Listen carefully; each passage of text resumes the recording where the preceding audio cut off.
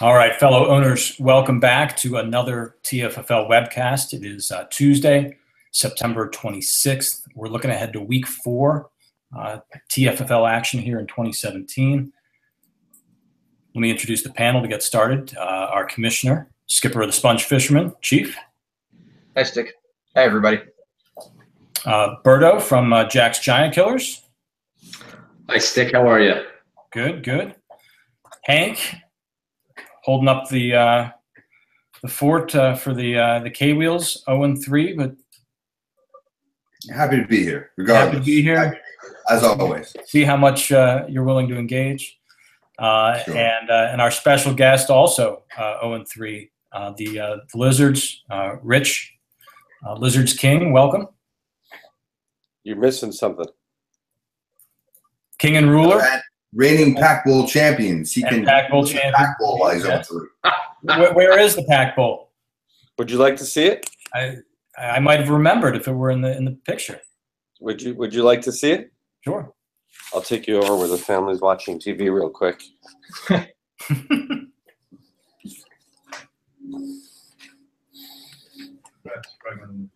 like you're playing Doom or something. This is the most action. On location. Let's see. Interactive webcast. Can you see them here? You do. Or is that too dark? Yeah, I got it. There they are. You know, they're glowing. Uh, And you can see they're prominently placed in the family room here. Very nice. good work. All right, so we have lots to talk about tonight. We're actually still digesting, recapping the TFFL draft. Really, this is only our second webcast of the year. We still have lots of draft nuggets to get to. We'll take a closer look at several teams rising and falling in the standings. But first, as always, let's kick things off with TFFL trivia. And so here we are. We're done with 3 weeks of the season, which also means we're done with that first batch of very important division games. We'll come back and face all of our division opponents once more at the end of the year. So what I'm looking for tonight, here's your question. Which franchise currently has the longest intra-division winning streak? Which franchise has been dominating its division for the longest time, most consecutive wins in a row? So I'll give you 2 points for getting the franchise right. I'll give you a bonus point if you can tell me what year their streak of consecutive games started. Consecutive wins against division opponents.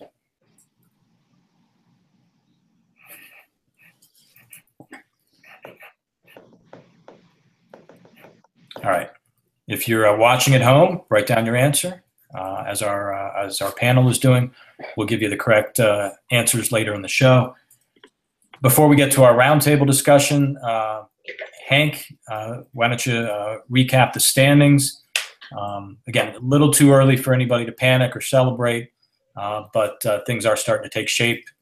As Hank said last week, a lot better to be 2-1 than 1-2. Indeed it is. And so here we have our standings for the week. We have our 2 happy to be undefeated teams, one of them probably happier than the other, the Hormel Hams and Jack's Giant Killers, standing there at 3-0. All right, the other teams that are happy, though, this week are the Ampac, the Aliens, the Beavers, and the Fats, because they're all 2-1, feeling reasonably good about their circumstance. Then the flip side, the Sponge, the Senators, the Mongols, the Devils, falling that 1-2 mark. It's slippery, but still, still right there. Rich, yeah, we're less happy. For sure. Yes. And just looking back here a little bit to week 3, we saw, I think for the first time, some very costly lineup moves. The big one, I think, was T.Y. Hilton, 14 points on the bench. Rashard Higgins in his place was 0. That was a 5-point game. Loss for the Senators. Lizards had to make a tough call on their Bears running backs, had Jordan Howard and his 20 points on the bench. Did not necessarily directly affect the outcome, but that's always tough to see. And Jordan, I'm sure, is back in the lineup for week 4. Are you looking for a comment? I'm looking for a confirmation. Well, I can't confirm that he's in. We'll have to see how his shoulder continues to be, but yeah, it sucks. It's a good sign. He's healthy and can play through it. Actually, it was a really good sign. You saw even at the end of the game, he actually turned his shoulder to avoid getting hit on the right side, but was still going full steam ahead to get a touchdown. He's obviously tough. That Bears team, for as few weapons as they have in the passing game, is able to run the ball remarkably well. They've done it now for the last couple of years. Yeah, it's clear they have a pretty good offensive line, unlike the Giants. Okay, let's jump into our roundtable chat. Open this up here. Let's talk about the TFFL draft a little more before that gets too far in the past. I've asked each of you to identify your picks for the best and the worst pick in the draft. I think in most cases these probably won't be obvious first-round picks, but you sort of, I think the first 8, 9, even 10 picks we scripted pretty well ahead of the draft. After that, the next, pick 11 on through the 5th round, you could throw all those guys sort of up in the hat. But there were some that I think stood out as being big reaches. Some that at least through 3 weeks look like tremendous picks that would go a lot higher if we redrafted today. Chief, let's start with the good stuff. Let's start with your favorite picks, the best picks. Chief, why don't you kick it off? All right, I've got quite a few of them. But I'll start off with of all teams to compliment, the Senators' pick of Alvin Kamara in round 3 looks to be a good one. He's getting much more play than Adrian Peterson is. He's got youth on his side. He fits, kind of like that old Pierre Thomas, Darren Sproles kind of role on that team, which I think Sean Payton values. So I think he's a future keeper for the Senators, and I think he's going to be a point getter for a few years. I know I really liked was in that same round. The last one of the round was Adam Thielen to the Lizards. Here's a guy I think we all had probably somewhere between the 3rd and 5th round. And I think he's proven to be worth every bit of that, if not more. Very dependable guy. He gets his targets. He secures them. He scores. He scores points at least, not always touchdowns. But, he's averaging something like 91 points a game or something like that. So, you keep on getting that kind of yardage. The touchdowns are going to come. I don't know how many he has so far. I know he has at least one. But, you can't keep piling up that many yards and not at least accidentally find the end zone 5 times. One more good one, Chief. One more good one. I've got 2, and they're both out. No, let's skip down towards the end of the draft a little bit more. A pick I really liked. Let's go to another guy on the panel. Giant Killers getting Gio Bernard with the 11th pick of the 7th round. He was down a little bit. He's coming off some serious injury. They've got a crowded situation in that backfield. But Bernard's been on the field more than the other 2 guys. Again, he's the pass blocking, pass catching, draw running back that they seem to like to use. We kind of minimalized his importance in the weeks leading up to the draft. It's not a PPR league and whatnot. The fact is, if you're on the field, you got to score. And he's usually on the field for that team. So kudos, Berto. That's who was out there among running backs. It was the Theo Riddick's and Darren Sproles and Charles Sims. And that's probably great value there in the 7th round compared. Those guys all went early. The exception of another guy who was a great pick went in the 8th round. And maybe I'll let somebody else pick that one up. Yep.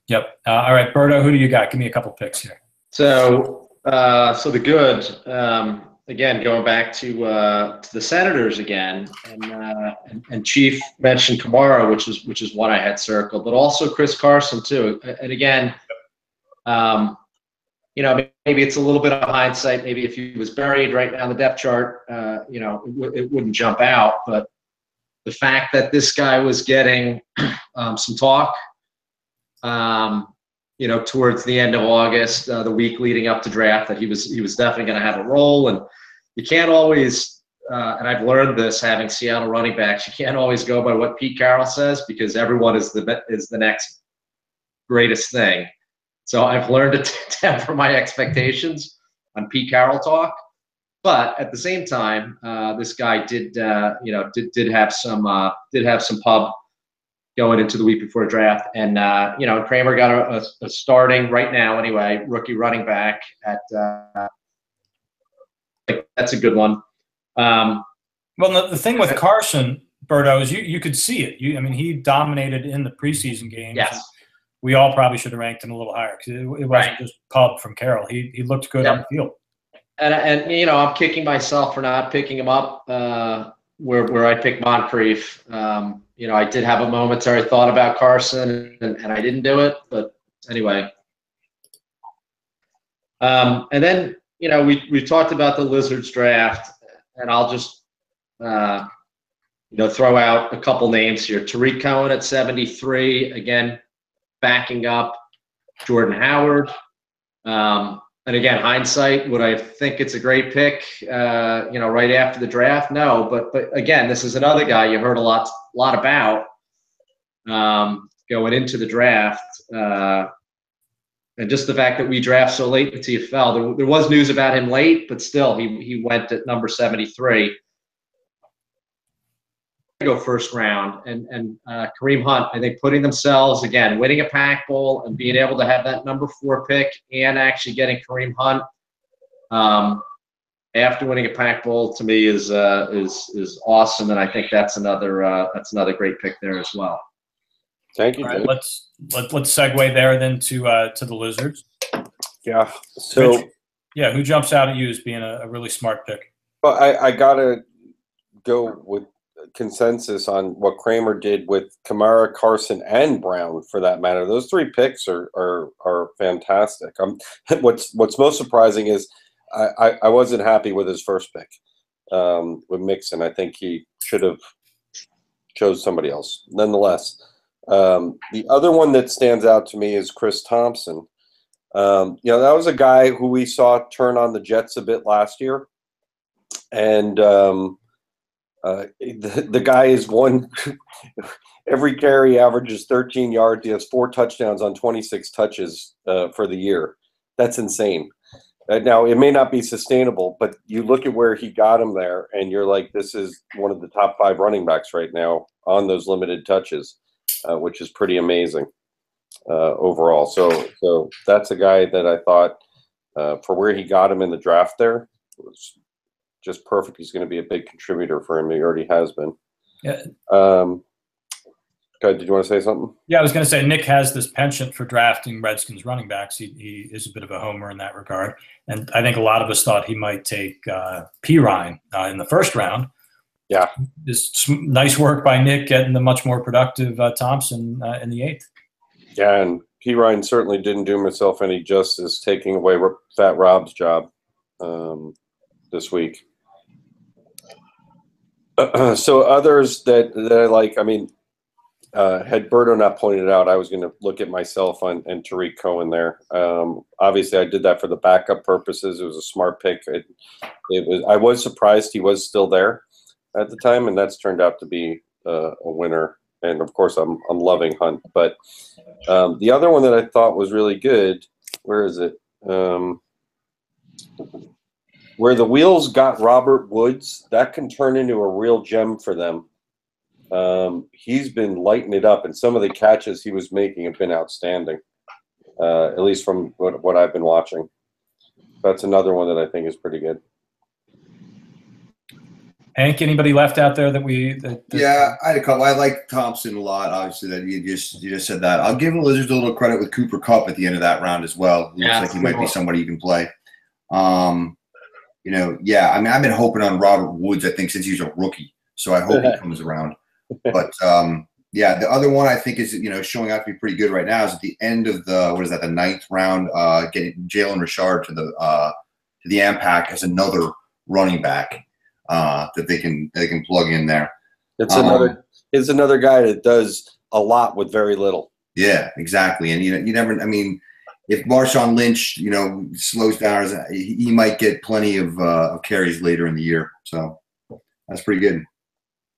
The other guy I've got marked down here that nobody has mentioned yet, going all the way to the 13th round, I thought the Hams grabbing Buck Allen. Yes, that was another one. That was a good pick. Yep. Yes, I'm not quite sure what happened in week 3 where Allen did not get all the touches we were expecting, but well, they were, yeah.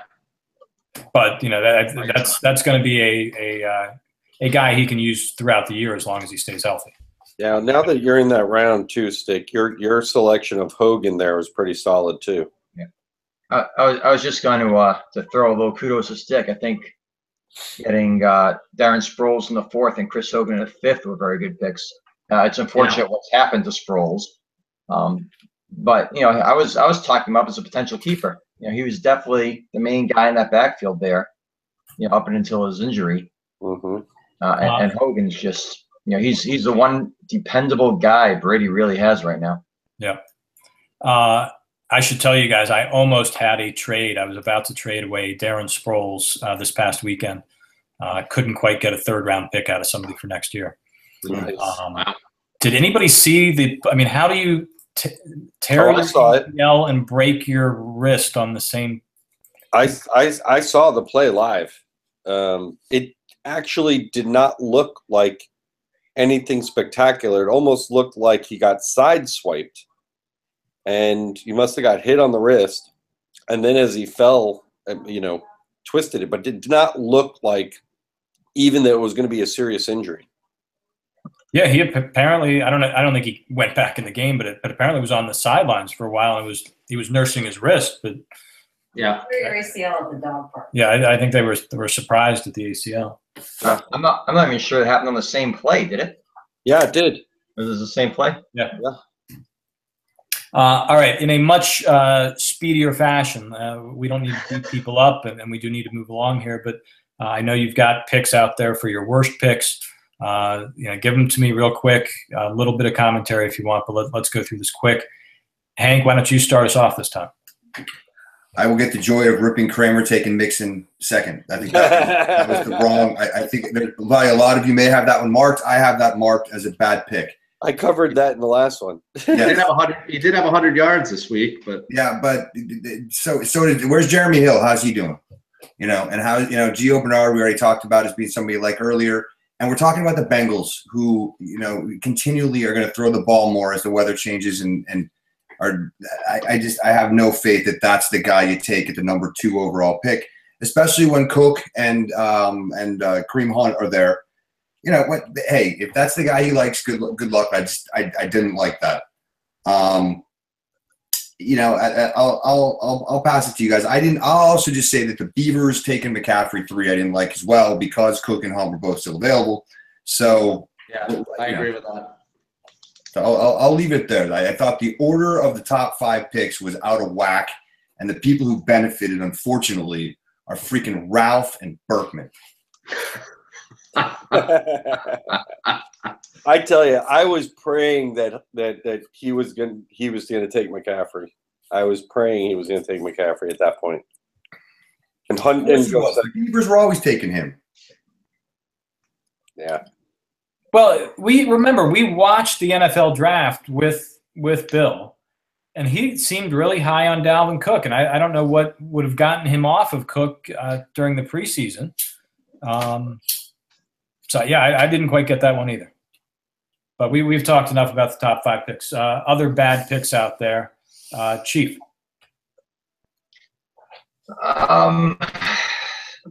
Sick. I don't care how you spin it. Carson Wentz in the 2nd round was just a bad pick. It was a bad pick, especially for a guy who, you're really not going to play. Is he the next keeper for you next year? I don't know. I still think it's way early. And just because I'm equal opportunity, blaster, I'll call myself on Eli Manning in the 4th. Working on the assumption that Luck was going to be back after 4 games was what I was using. I thought Eli had a very easy first 4 games of the schedule. His troubles well documented. He had I think one or 2 points in game 1. I think 7 in game 2. And, he exploded. He got 25 points in a 4-minute span in the fourth quarter Sunday. But there were so many better quarterbacks out there, apparently. I'll say this, though. There's something to be said for having picks and circled the guy he wanted. And by the way, he had the next pick, Johnson. So you knew you were going to get a running back there, too. So I don't have any issue with the Carson Wentz pick because I do think, you didn't hold Ben last year, and I think you are ready to move on. And he's old, and so I don't know. I was okay with that, but you got 2 running backs there. The first round too, and it's not a bad pick necessarily. It's just a vanilla pick, and it's such a low risk pick. I really didn't like the Olsen pick. And granted, yes, he's injured, and maybe that colors things a bit, but it also was not a. I think the Mongols were a team that needed to get somebody that they could, that they could build on, and I don't know if that's really the guy. I mean, Pirine or Corey Davis or whatever, somebody else, I think would have been a better pick. Even Kamara, who lasted all the way to 26. Somebody else who, was not such a vanilla pick. He's going to score points, fine, but I think they could have gotten more of a building block. And then the other one I'll throw out there too, which may surprise Rich, is Justin Tucker at number 49. Yep.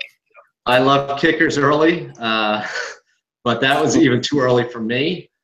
The next kicker didn't go for another 21 picks. So again, even by my standards, and the bar is low on my standards of how early I'll pick the kickers, that was even too early for my taste. And it's Justin fucking Tucker who beat me in the Pac Bowl. So it wasn't just the 5th round; it was the first pick of the 5th round. Yeah. But I'll remind you, Rich is infamous for being the only franchise to have protected a kicker at any point. That's correct. So Rich likes his kickers, and Tucker served him well last year. But yeah, that was early. But I think if you look back too, you got to recognize that was my 7th pick in the draft. That's a good point.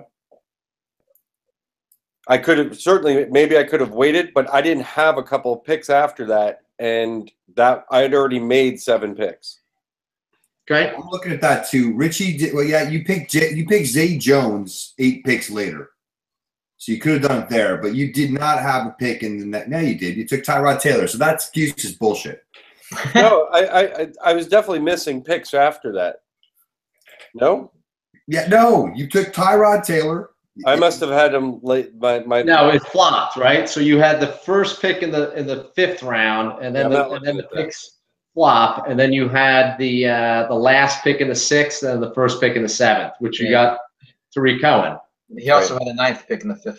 Plus Zay Jones in the 5th. Yeah. Yeah. So how many picks how many picks had I made by that point? I knew I was ahead by at least 2 rounds. You're probably right. You were ahead by a few. I do remember that. Yeah. Chief, any other bad picks you want to call out? Well, we just talked about Zay Jones. What's wrong with Zay Jones? Your 5th round's kind of borderline. Or after that, you don't really care so much. On that offense, it's hard to see a rookie receiver contributing much. Just you wait. And the other guy was, and I blasted this repeatedly at the draft, it was Kevin White to the Senators in the 5th. Why? Why? Does he have 4 catches in his 2-year career going into the draft? I think maybe you're right. More. Yeah, I understand Kramer's trying to get younger, trying to unearth that high upside stud that nobody knows yet. Kevin White's clearly not that guy. Joe Mixon needed a mentor. He needed somebody to work with, and Kevin White is just a guy. High quality, high character guys. All right, let me switch us to a different draft topic. I want to get at some of your draft prep tips, rituals. Talk about some actual interesting trends in draft prep. Hank, I know, switched over from spreadsheets after 20 years to the RotoWire app this year. I believe Michael Giovenco and I both were on that already. Anybody else here using RotoWire or a different app? How many people are still using spreadsheets?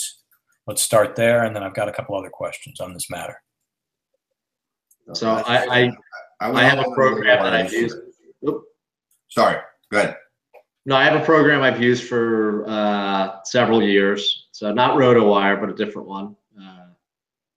Customizable, keeps the draft, keeps the picks, depth charts, everything in one place. He gets it from Lenny in the dark web. Yeah, he doesn't talk about where it's from. A Chinese man in drag. Chief, are you a spreadsheet guy? I am. A very complicated one. It was made up for me for a guy in the statistics department, my old job. And originally, government resources. Thanks. originally it included like the age of the guys and expected decline and things like that. I don't keep up with that part anymore. But that's where it started from. I mentioned what I do, last webcast. I heard there was a Russian programmer that hid all kinds of crap in there. They got a couple of guys, but not that guy.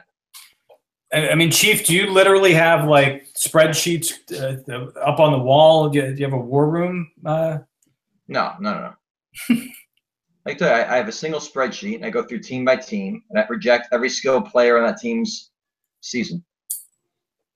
Hey, I'll give you, if you want one quick example. Zay Jones. Okay, get somebody else, and I'll come back to Zay Jones. Do you still do a full 13-round mock draft, Chief? No, I do about 4 maybe. I know you used to do that. I do. I get up to 5. I get up to 5 rounds this year. I used to have a lot more time than I do now. I used to do a full 7-round NFL mock draft too. I don't even watch the draft anymore. So,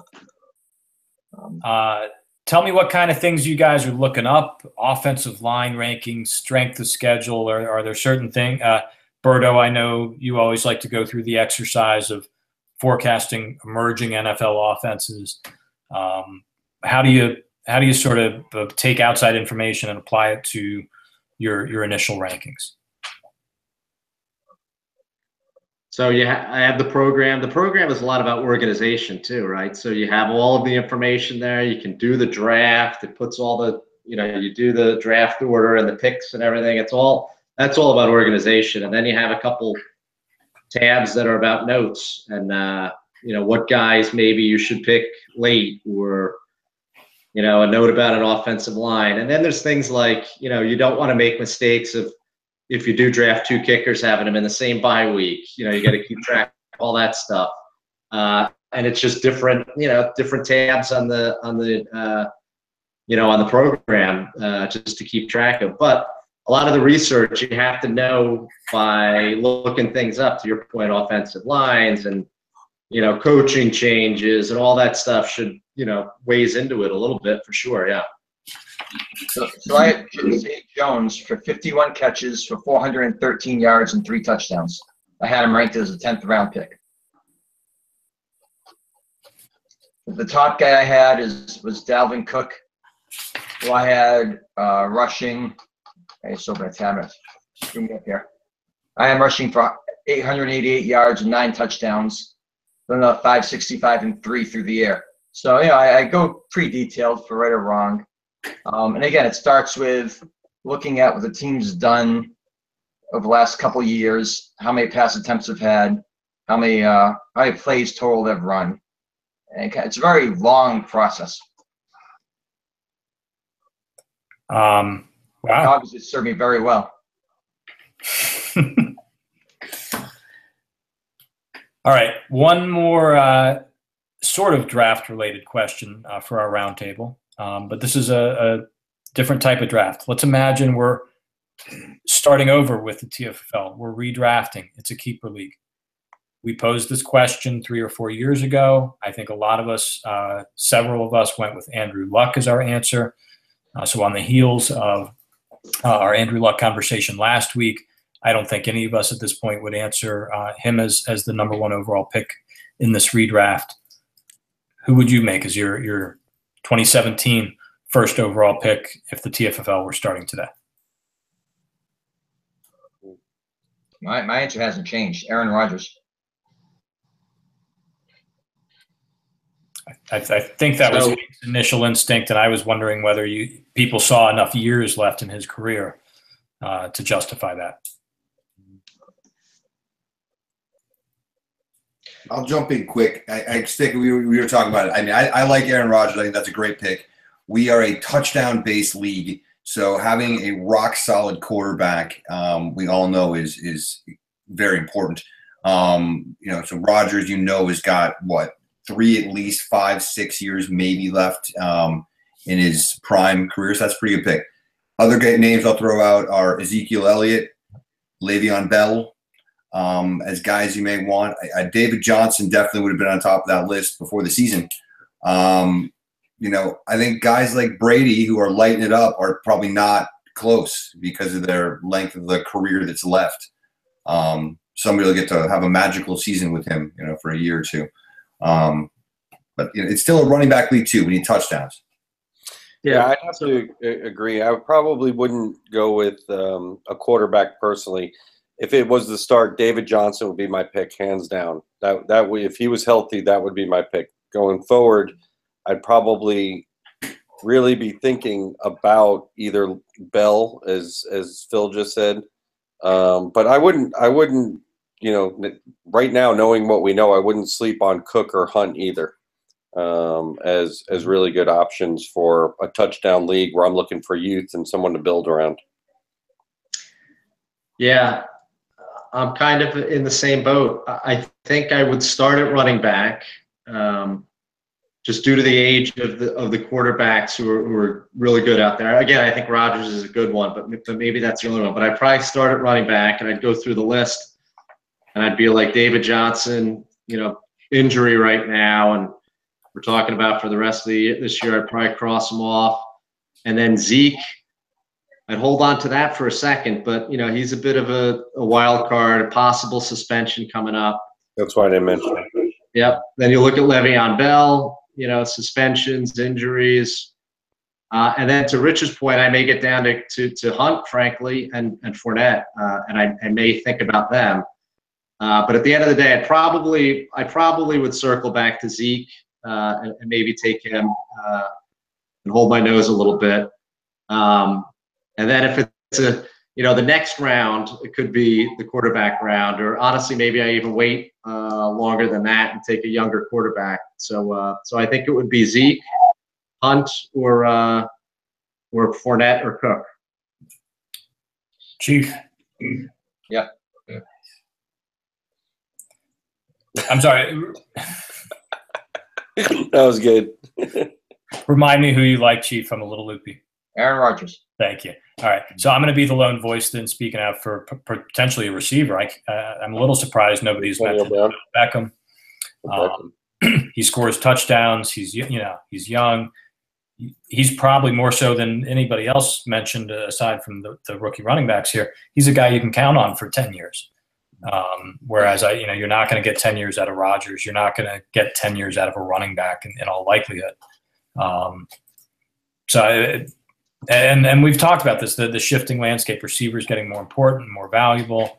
I think in a keeper league, you can make an argument for Beckham there. I think, and I like where you're going there, but I think I like Julio Jones if I was going to go a receiver, frankly, or maybe Antonio Brown, but probably Jones if I was going to go receiver.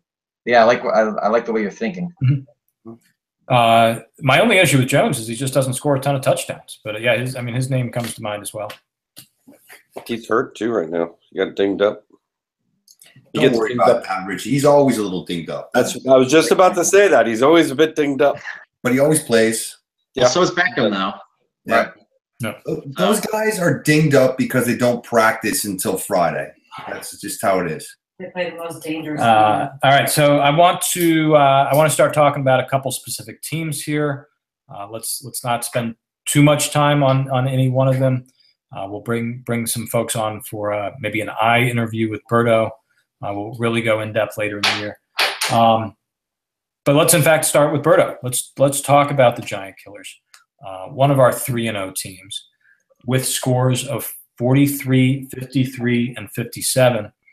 And in fact, I think I'm reading those in reverse order. This is a team trending downward, 57, 53, 43. Hey, great to be 3-0, great to be 2-0 in the division.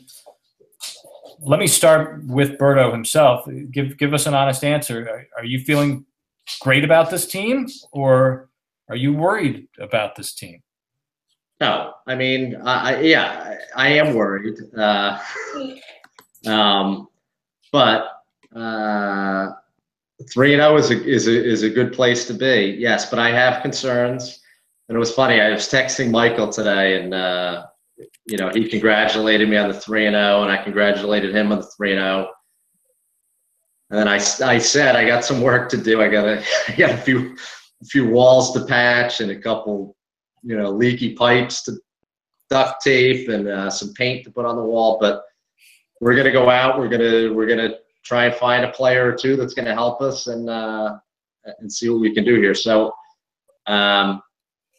yeah, I have every intention of riding this 3-0 start as far as I can get it. So, playoffs or bust. But yes, I have concerns.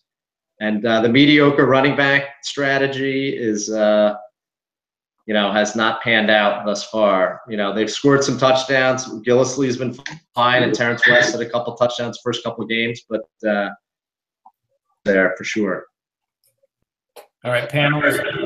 Is this a bunch of smoke and mirrors, or is Berto somehow doing something right here, planning all this perfectly and proving once again that he's smarter than the rest of us?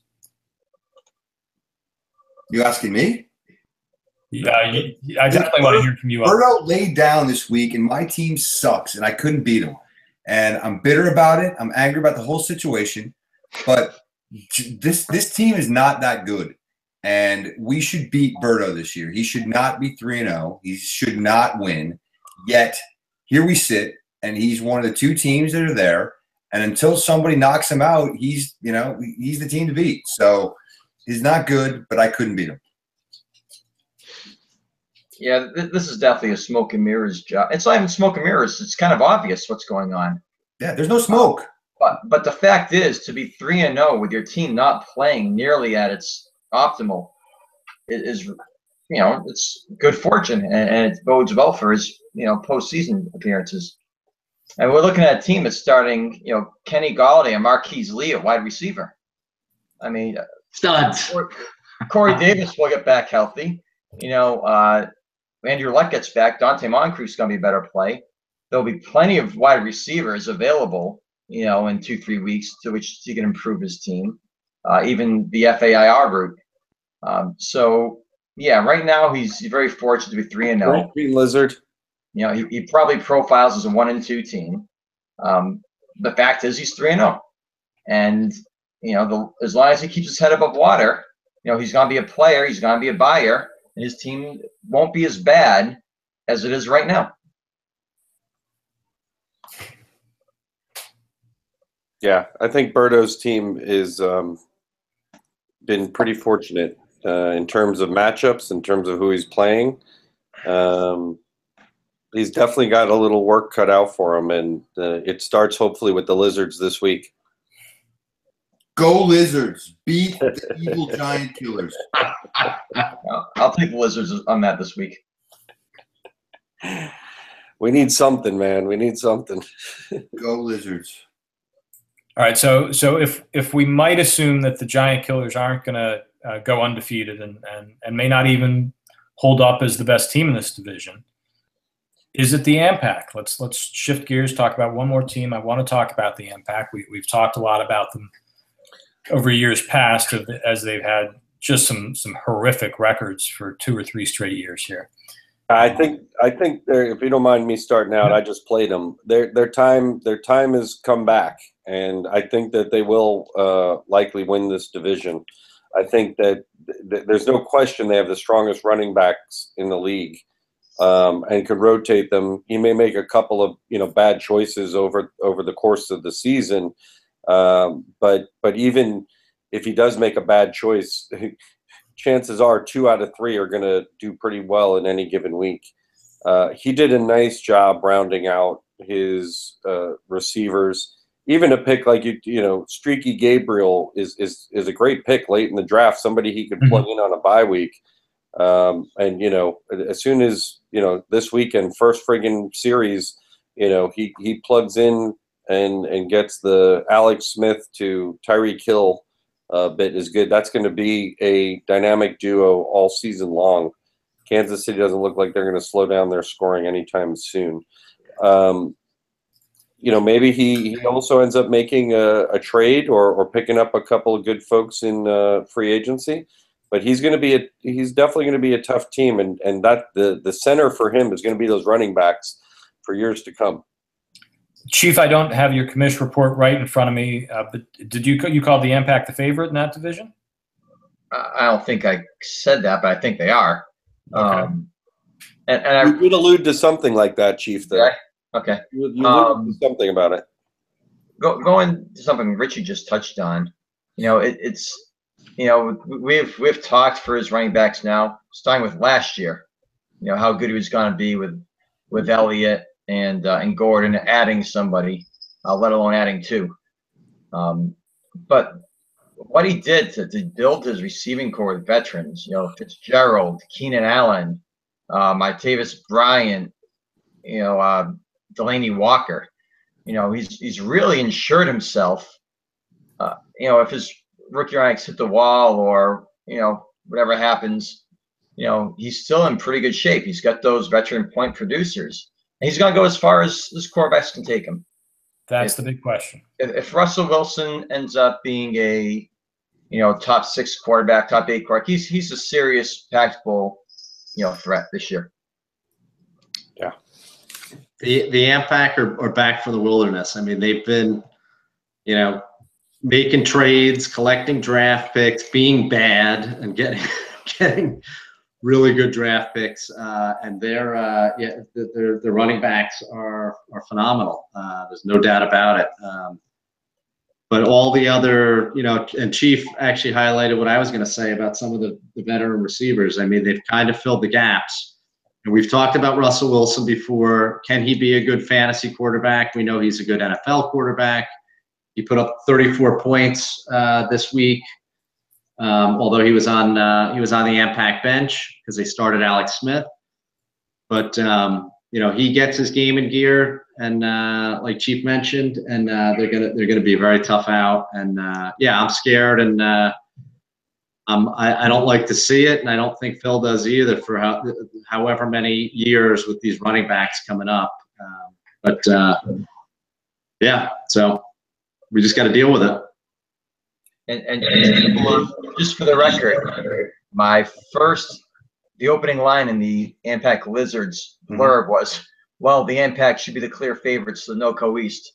So short-term memory began. I did say exactly that. Yeah, I knew you said something akin to that. Yeah, no. I agree with that 100%, and I think Phil does too. Yeah, I don't want to talk about them anymore. Next. Let's talk about the K-Wheels.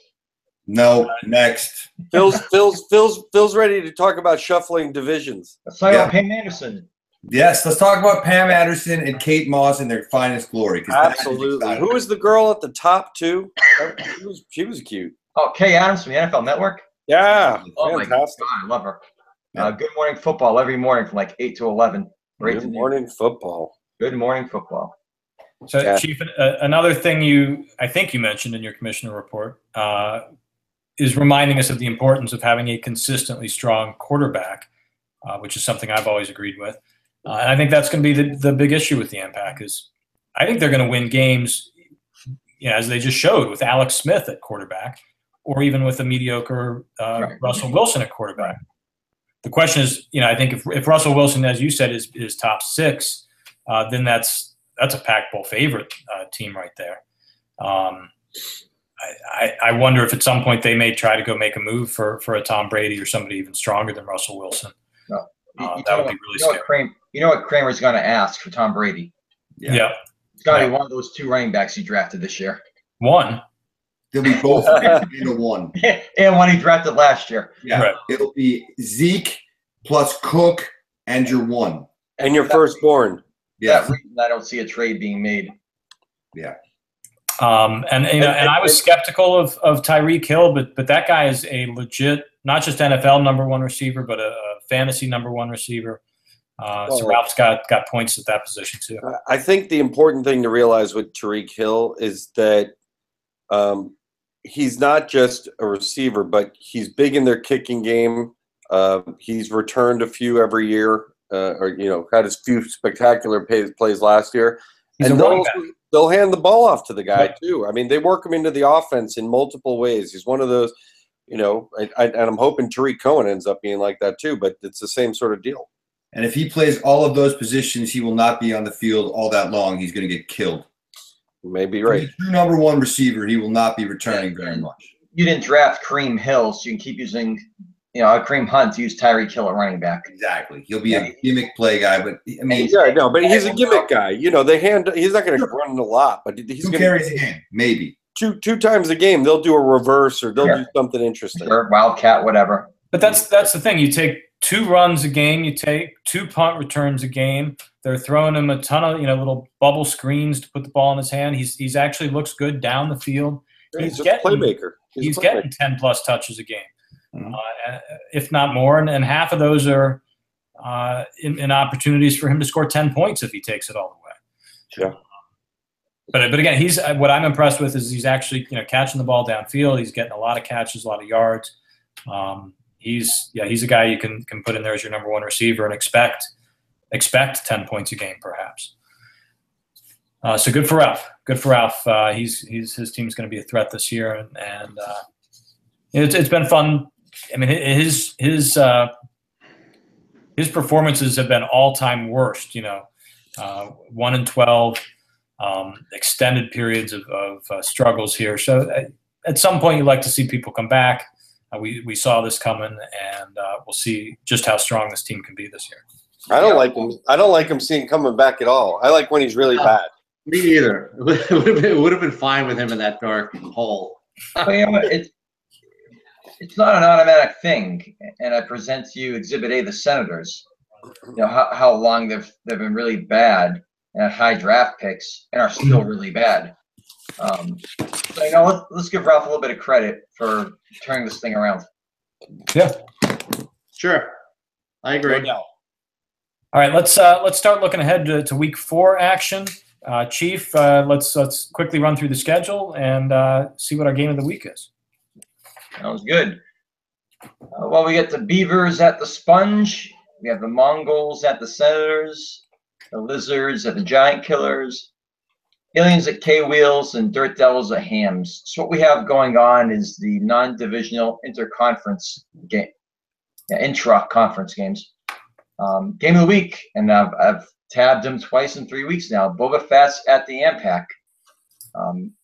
I think it's a no-brainer as far as game of the week is concerned. They're probably 2 of the top 3 teams in the league right now. We've talked enough about the Ampac this week. We talked a lot about the Fest, I think, last week. And much is made of the strength of the Ampac's running backs. Boba Fett's, I don't know. Boba Fett's getting it from a lot of places. Obviously, Todd Gurley is a monster, at least so far this season. Matthew Stafford's scored there. He was the number 3 of the 3 quarterbacks last week.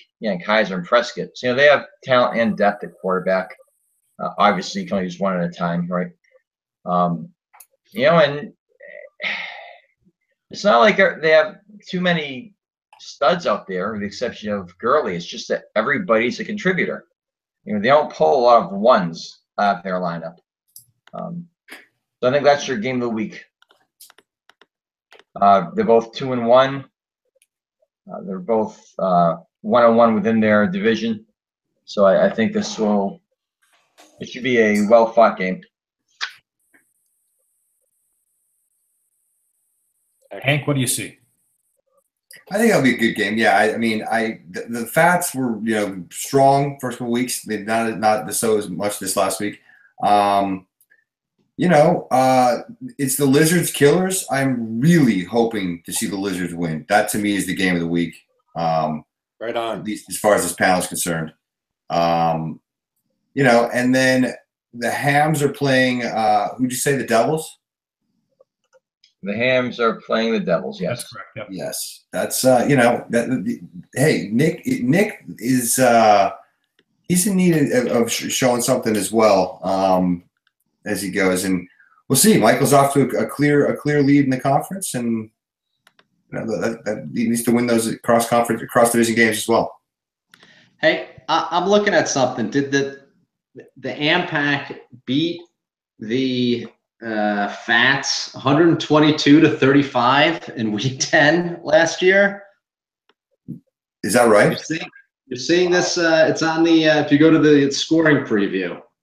That's a nice touch this year, isn't it? Yeah, I do like that. But that's right. Last year the AMPAC had a huge number. I remember. I didn't know who it was against. But 122-35, Week 10 last year. Wow. So I'm glad you brought that up real quick, because that's where our trivia question comes from. Is you've got this head-to-head record stuff sprinkled throughout the site now.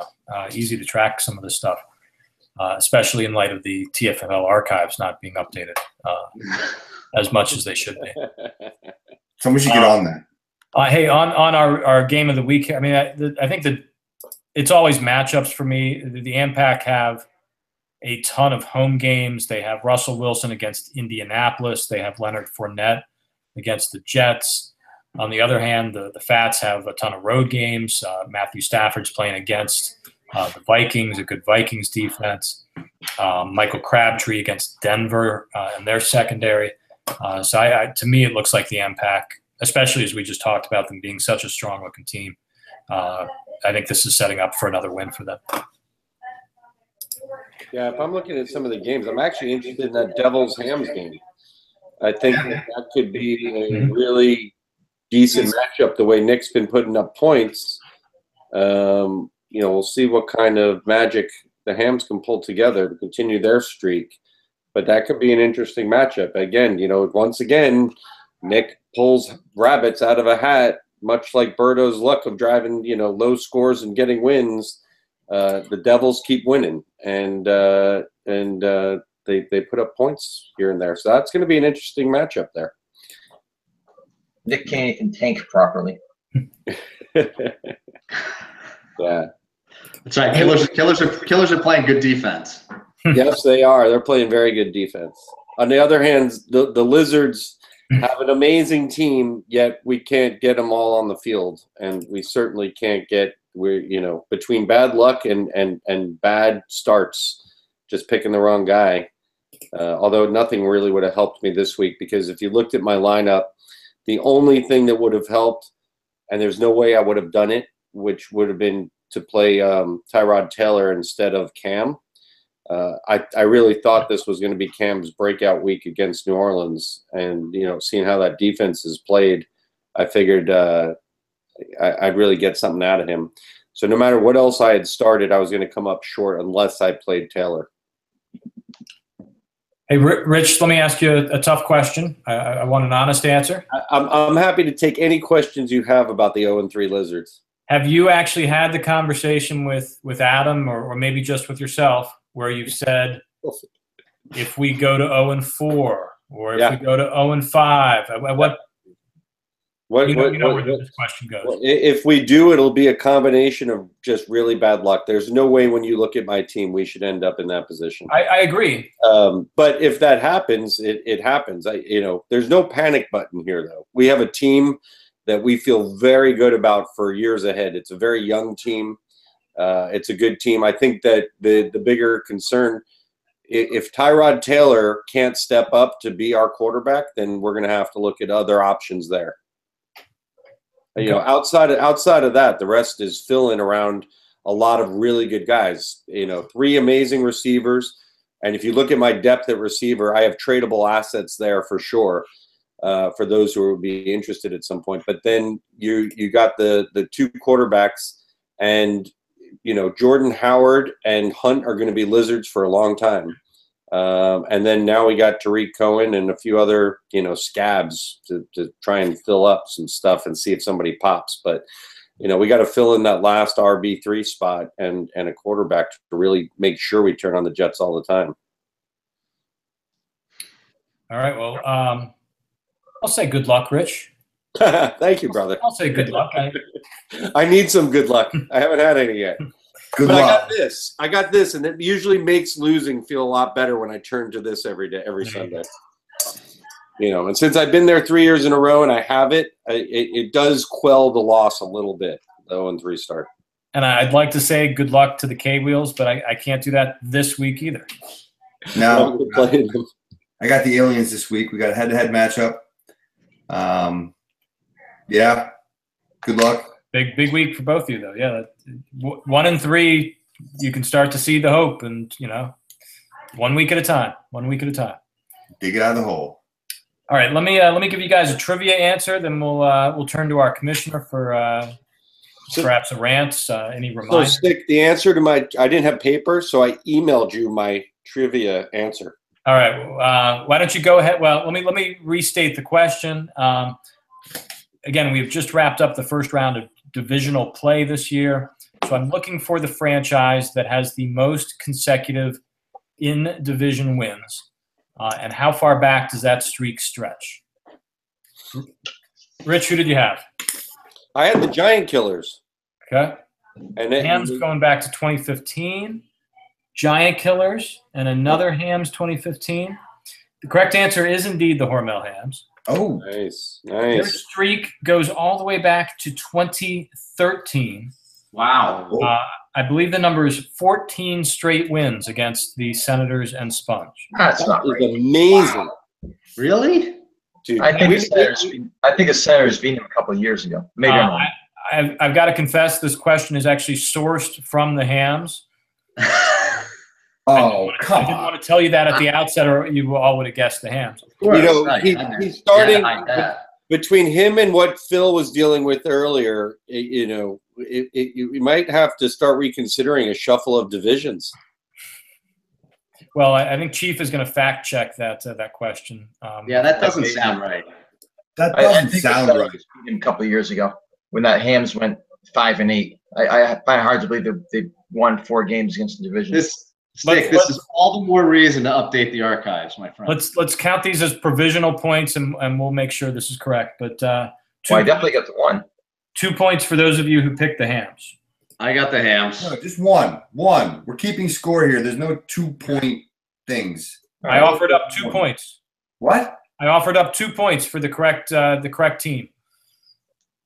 Oh, I call foul. That answer is worth more than the other questions that have been asked previously. You get it right or it's wrong. It's 1 point.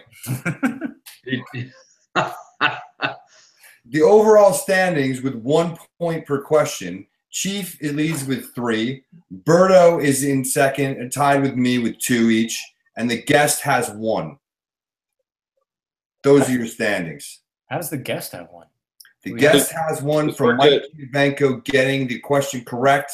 That's August 30th webcast, where he said the last time the Senators made the playoffs was 2015. what record keeping we've got. Wow. All right, good job. Detailed records of the trivia.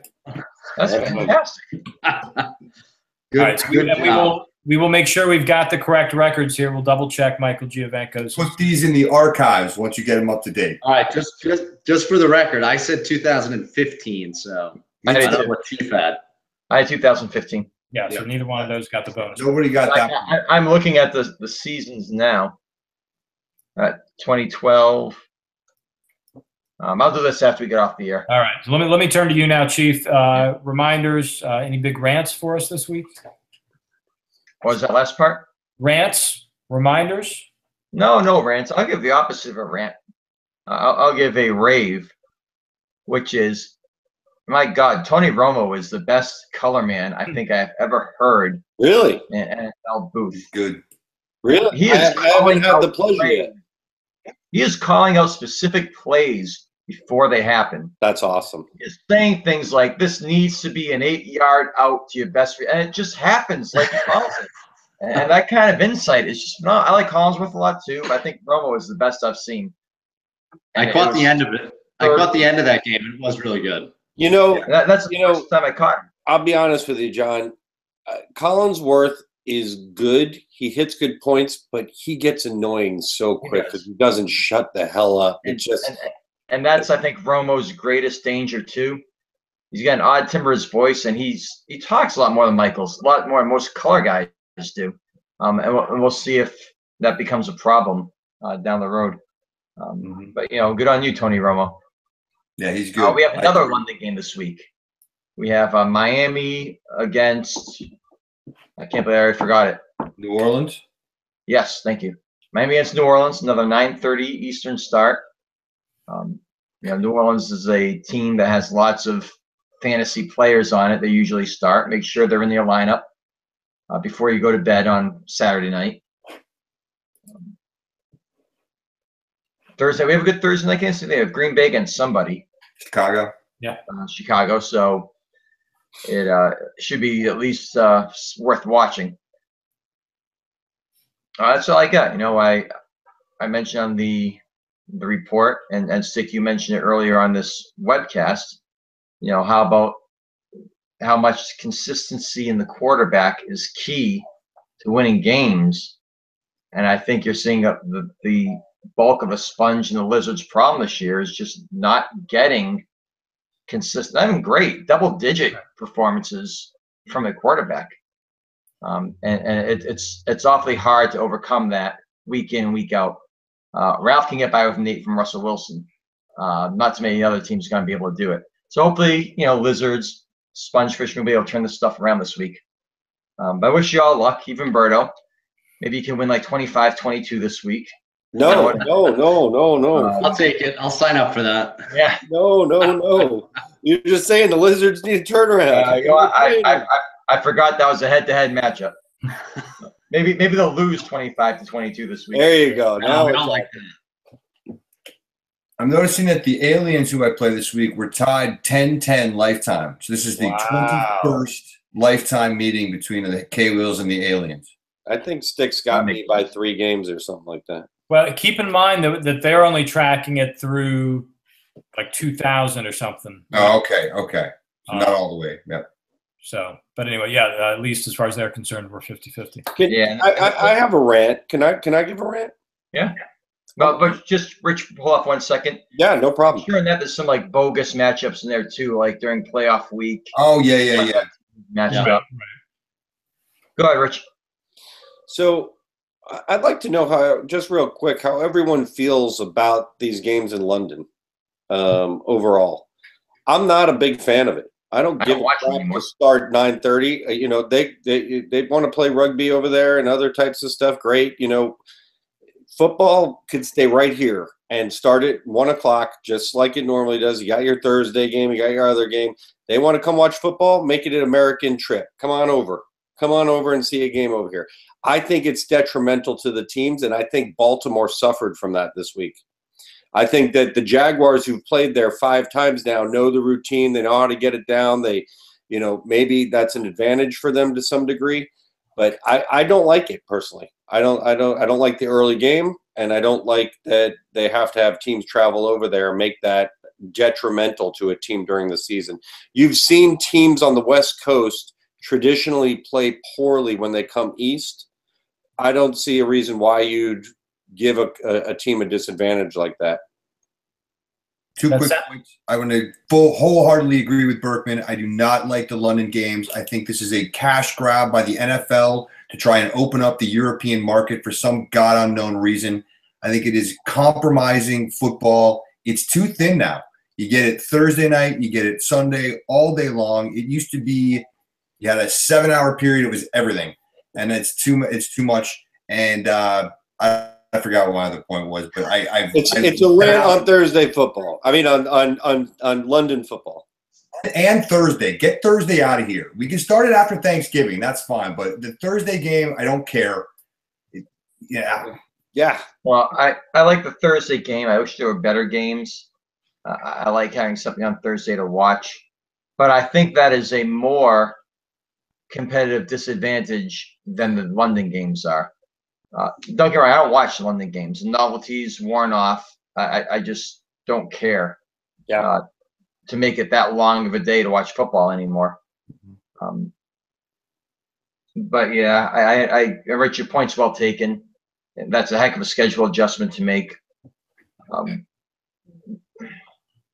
So yeah, but you're right. There is Phil. It's a cash grab for the league. They go to China, or they try and get to China. They go to Mexico. You know, I'm They sure. better be careful. I mean, I think I'm a hardcore NFL fan.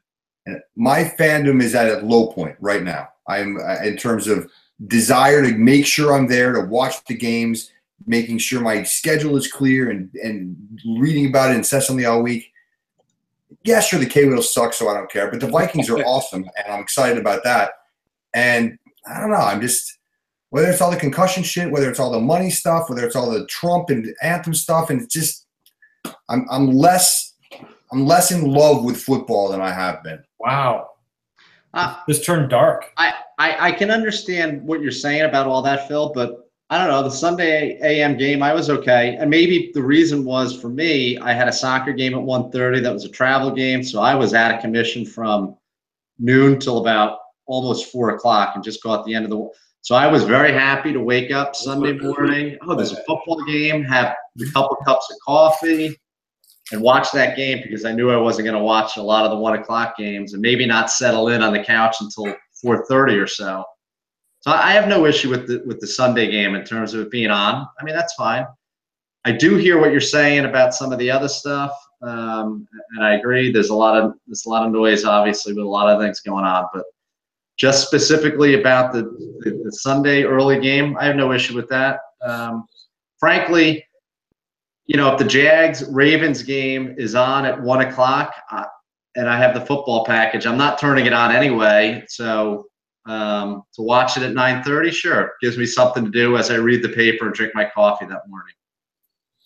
Yeah, my other main point there was that I think it's a competitive disadvantage for other teams that aren't the Jaguars, who've been doing it for 5 times now. The Jaguars need a little help. Yeah, they need help. They volunteered for that gig, missing on a home game every year. Yeah. I'm kind of ambivalent. I just got to tell you guys, this sort of reeks of an America First policy. I'm not. It's less than that. I know. You know what? But if you want to turn it into that stick, then that's fine. That's not what it was about, though. It's really about. I watched Baltimore, a team that's played 2 really good weeks and pretty decent ones, go in there and completely crap the bed. And it just, to me, I was watching, and I have no problem waking up early. I'm up anyway, so if football's on, I'll certainly watch it. Mm-hmm. The point was, it was an abysmal game, and I really was watching that game going, Baltimore's just asleep at the wheel. It's like they didn't get it. They didn't know how to get, you know. At one point they were saying, oh, yeah, they didn't know how long it was going to take to get to the stadium. They left an hour early, threw off their routine in the morning, you know, all kinds of little stuff like that. I just think it's not worth the effort to make teams go do that. And for every football game, home game, the money here for the Jaguars that would be at their stadium or for that city, whatever. It's not an America First, but it is unnecessary to me. And I think Phil was right in terms of the money grabs and just trying to thin it out and get more. You know, I'm not any less interested in football. I love football as much as I loved it 5, 10, 20 years ago. I absolutely love football. But it does get grain on you when they're just trying to do stuff like that to grab more money. Can we all agree? I watched the whole game early. I watched the whole thing. It was great. But you're right. Baltimore looked flat. And I think also my point on the Thursday night games, too, is that the teams that play Thursday after having played Sunday are at a huge disadvantage. And sure, they get a 10-day break or whatever, but these guys are killing each other. It's more so even now. It's true. Yeah, I just think all that, you talk about competitive balance and how the league plays out over the year. Play on Sundays. Let's go. But can we all agree that Goodell sucks? Yes. Yes. No doubt about it. Can both sides come to an agreement? He's exactly who the owners want to represent the corporate greed that they all are wrapped within. By the way, it was great to see Pittsburgh lose. Yes. Usually is. And it was even better to see the Bills beat Denver, which nobody expected. No. I can't believe the Patriots came back. That was something else. I called it. I said, dude, Yeah. This is Tom Brady time. It's what he does. He somehow will luck out and throw a magic ball, and somehow magically Cooks will catch it, and boom. How about the Elliott 61-yard field goal? Yeah. And before that, a great grab by Alshon. Did you read? Did you read or see Carson Wentz got caught on camera talking to linebacker Camu Hill before that Elliott field goal attempt? Saying if he makes it, I'm giving him my game check. I didn't hear that, actually. That's on great. camera, because Grugier Hill played against him in college. So this guy's got a strong leg. He's made it from here before. And Wentz says, if he makes it, I'll give him my game check. Nice. That's awesome. So we'll see what happens with that. Yeah, right. Interesting. All right, let's wrap up here. I think we've probably just crossed the hour mark. Again, we're going into week 4 now. The next 2 weeks are wrapping up conference games, going across divisions here, and then we'll be battling our foes from the other conference for about 6 to 8 weeks after that. So we'll be back here in a week. It'll be October next week. We'll be done with 4 weeks of action. Maybe starting to get some clarity with some of these teams staying undefeated or our 2-0-3 teams. Falling to 0-4 might God help us. Might give us some early conclusions on this season. But again, things can turn around in a hurry. It's still very early. Maybe we're dealing with a bunch of mush again, as we've dealt with in recent years. Lots of teams holding on to playoff hopes throughout the season. For everybody's sake, I hope that's the case. I'd like to beat the K-Wheels this week myself, but Hank, wish you luck coming back from 0-3. You too, Rich. Thank you, sir. Chief and Berto, good luck to you guys as well. Thank you. Good luck, Lizards. Good luck, Giant Killer. I'm going to stand right here. Lizards win this week. All right. Bold forecast. There you go. Do you like Tariq Cohen or Jordan Howard? I like the Lizards. All right. Tune in next week to see who the Lizards start among their Bears running backs. Good luck to everybody in the meantime. Take care. We'll talk to you soon. No problem.